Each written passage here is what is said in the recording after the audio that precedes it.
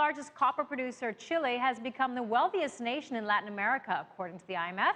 With GDP per capita steadily increasing, World Bank President Jim Yong Kim recently congratulated the country on earning high-income status. CCTV's Shraysi spoke to Chile's finance minister, Felipe Larrain, about the country's copper outlook and its dependency on China. The copper industry has been important in terms of investment in our country. There's a lot of investment that has happened over these years. But we, in terms of fiscal revenue, it's also a very important source, but we've been able to diversify away. For example, in 2006, 2007, copper revenues, mining revenues, but that's mainly copper, accounted for about a third, and even more than a third of the overall fiscal revenues. Now they're slightly over 10%. And the reason for that is that not only that the prices have come down, but also that the costs of production have increased. How concerned are you about a slowdown in China's economic growth? Demand it's very unlikely that it will decrease, but you will have, slower increases in demand that you had in the past. And we already felt the effects of a deceleration in China. How? Through the copper price. Copper prices were over $4. A couple of years ago, the annual price was $4 in 2011.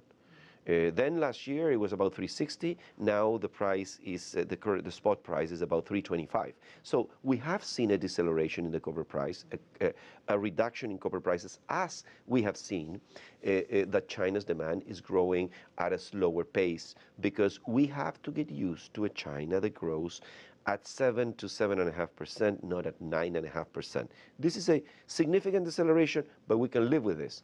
If you had a crystal ball in front of you, where do you see copper prices going in the next perhaps 2 to 3 years from now?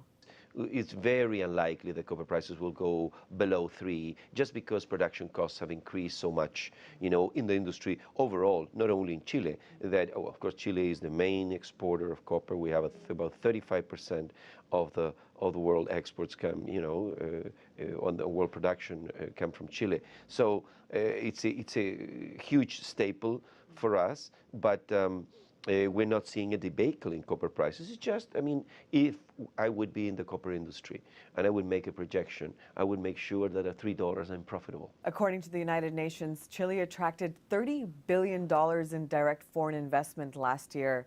What is the government doing to perhaps attract more foreign investors? There are many areas attracting foreign direct investment. How do we do it? Well, first thing is, and I think there's a basic principle, we treat foreign investors just like national investors. We don't discriminate against the foreign investor.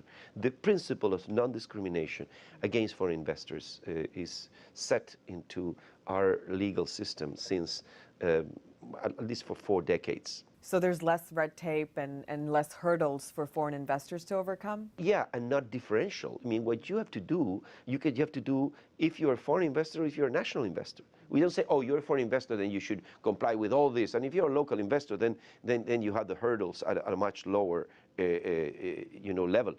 I think that's a mistake.